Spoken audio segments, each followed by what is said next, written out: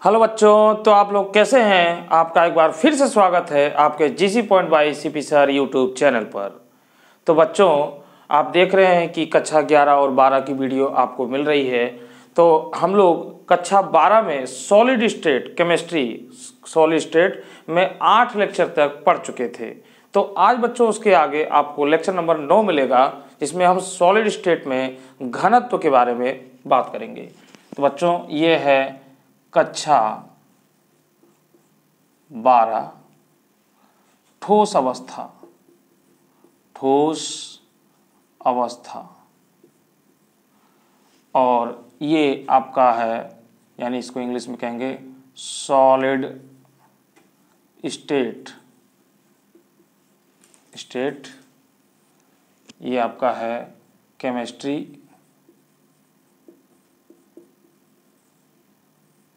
और lecture number बच्चों ये है 9। लेक्चर नंबर ये 9।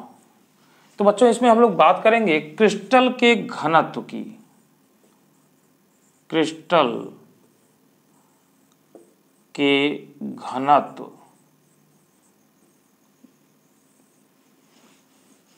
क्रिस्टल के घनत्व की यानी डेंसिटी।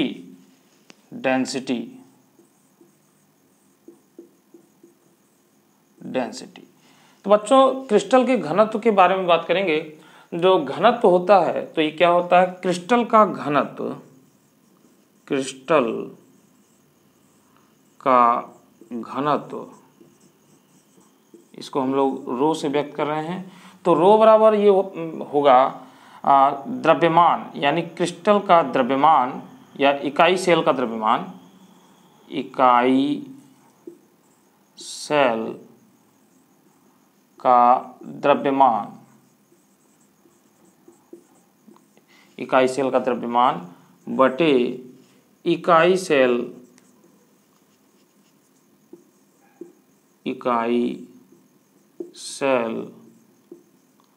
का आयतन।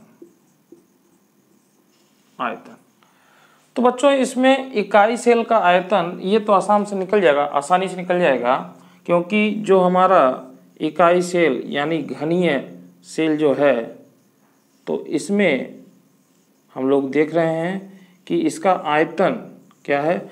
ये चूंकि ये घन है इकाई सेल, तो इसमें सभी भुजाएं बराबर हैं। अगर ये ए लेंथ है, तो जो इसका आयतन होगा बच्चों, आयतन ये हो जाएगा आपका ए क्यू हो जाएगा।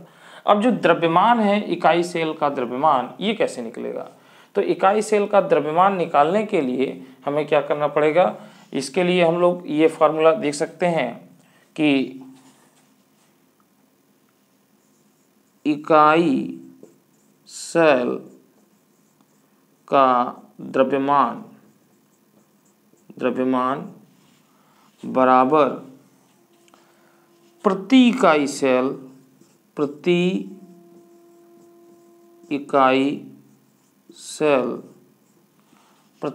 सेल में परमाणुओं की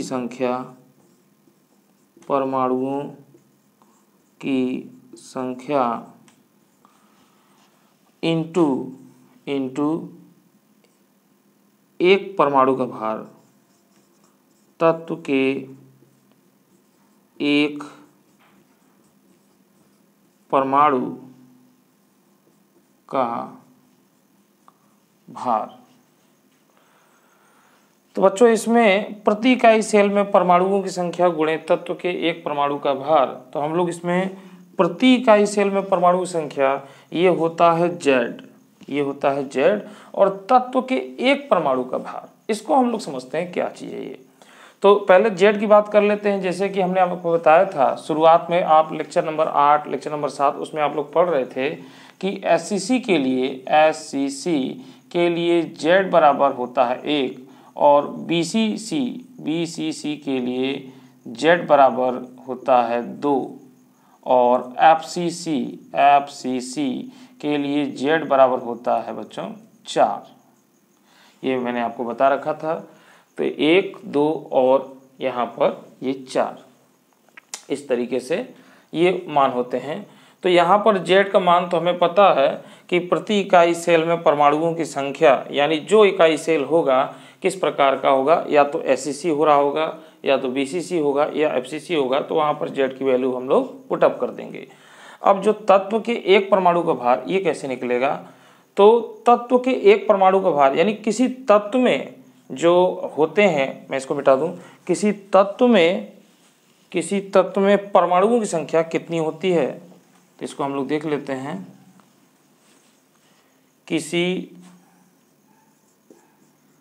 किसी तत्व में परमाणुओं की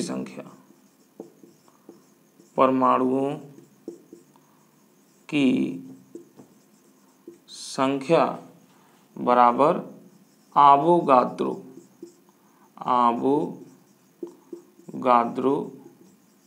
संख्या, और ये संख्या कितनी होती है? 6.022 इंटू 10⁻23। तो इतने परमाणु होते हैं, यानी इतने परमाणुओं की संख्या आपकी होती है किसी तत्व में परमाणुओं की कुल संख्या। तो अगर इतने परमाणु हैं, ये परमाणु है, परमाणु, तो एक परमाणु का भार क्या होगा? तो तत्व के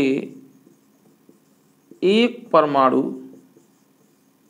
का भार, इसको निकालने के लिए तत्व के परमाणु भार में से ये आवोगाद्रो संख्या को भाग दे दिया है। इसी को बच्चों हम लोग कहते हैं Na, ये आपका Na होता है। तो यानी हम लिखेंगे तत्व का परमाणु भार बटे Na। तो तत्व का परमाणु भार जो होगा उसे हम लोग मान लेते हैं m। तो ये हमारा हो जाएगा m बटे Na।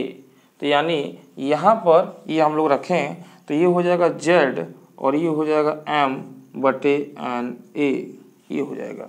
तो इकाई सेल का द्रव्यमान हमको ये पता चल गया, इकाई सेल का द्रव्यमान ये होगा। और जो है इकाई सेल का आयतन, जो इकाई सेल का आयतन अभी हमने देखा था कि इकाई सेल का आयतन क्या था, कि हमने इसको बनाया इस तरीके से, और जो इसका लेंथ A है तो इसका आयतन A³ था। ये आपका आयतन था, आयतन।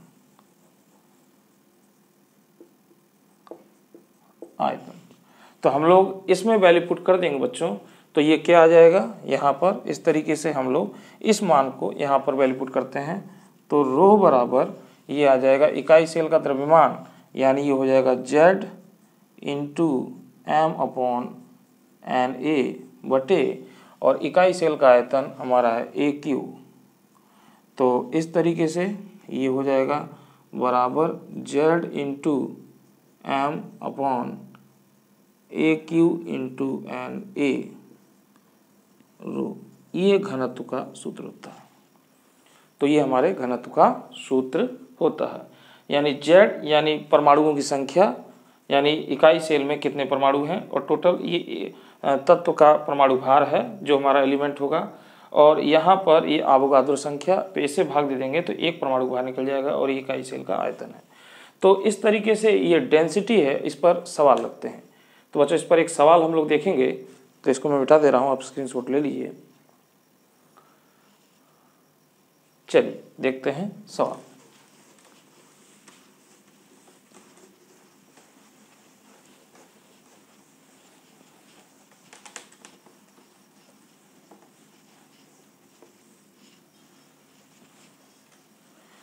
तो सवाल हमारा कह रहा है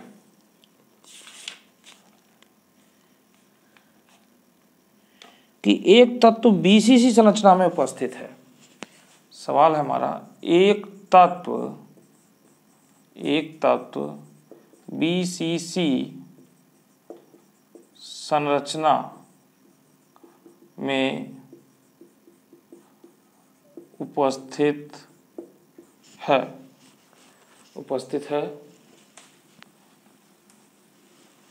उपस्थित है, इसके सेल के किनारों की किनारों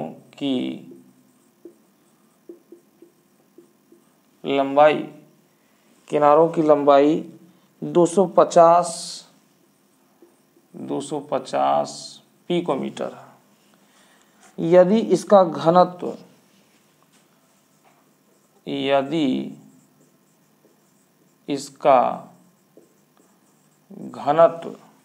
घनत्व दिया है 8 ग्राम सेंटीमीटर क्यूब प्रति सेंटीमीटर क्यूब। तो तत्व के परमाणु भार की गणना करिए। तो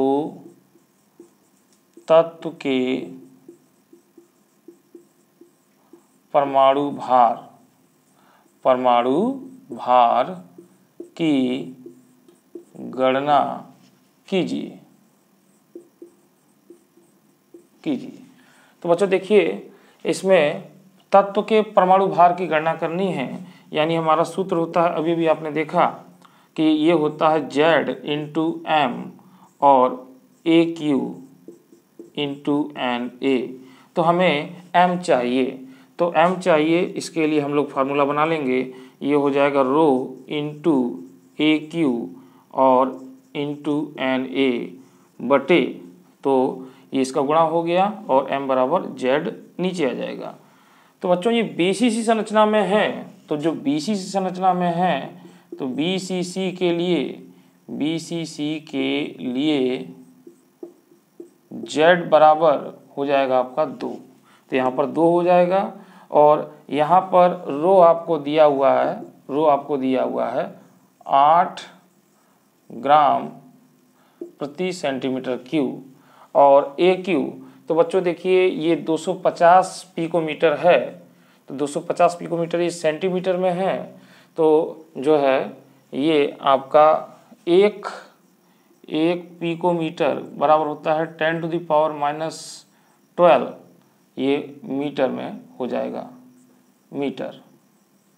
तो इसमें मीटर को सेंटीमीटर में बदलने के लिए तो इसमें 100 से जो है गुणा कर देंगे। 1 मीटर बराबर 100 सेंटीमीटर, तो यानी 100 से गुणा करेंगे तो ये हो जाएगा 10⁻⁻12 इंटू 10⁻2 बराबर 10⁻−10, ये हो जाएगा सेंटीमीटर। तो यहाँ पर ये जो है AQ बराबर हो जाएगा, ये हो जाएगा 250 गुणे 10⁻−10 सेंटीमीटर क्यूब। तो इसका हम लोग कर लेंगे क्यूब, तो ये आ जाएगा आयतन। अब चलिए, और आवोगाद्रो हमें पता है Na बराबर होता है 6.022 इंटू 10⁻23। तो सारी वैल्यूओं को पुट कर देंगे, तो यहाँ पे रो का मान है 8 गुणे AQ।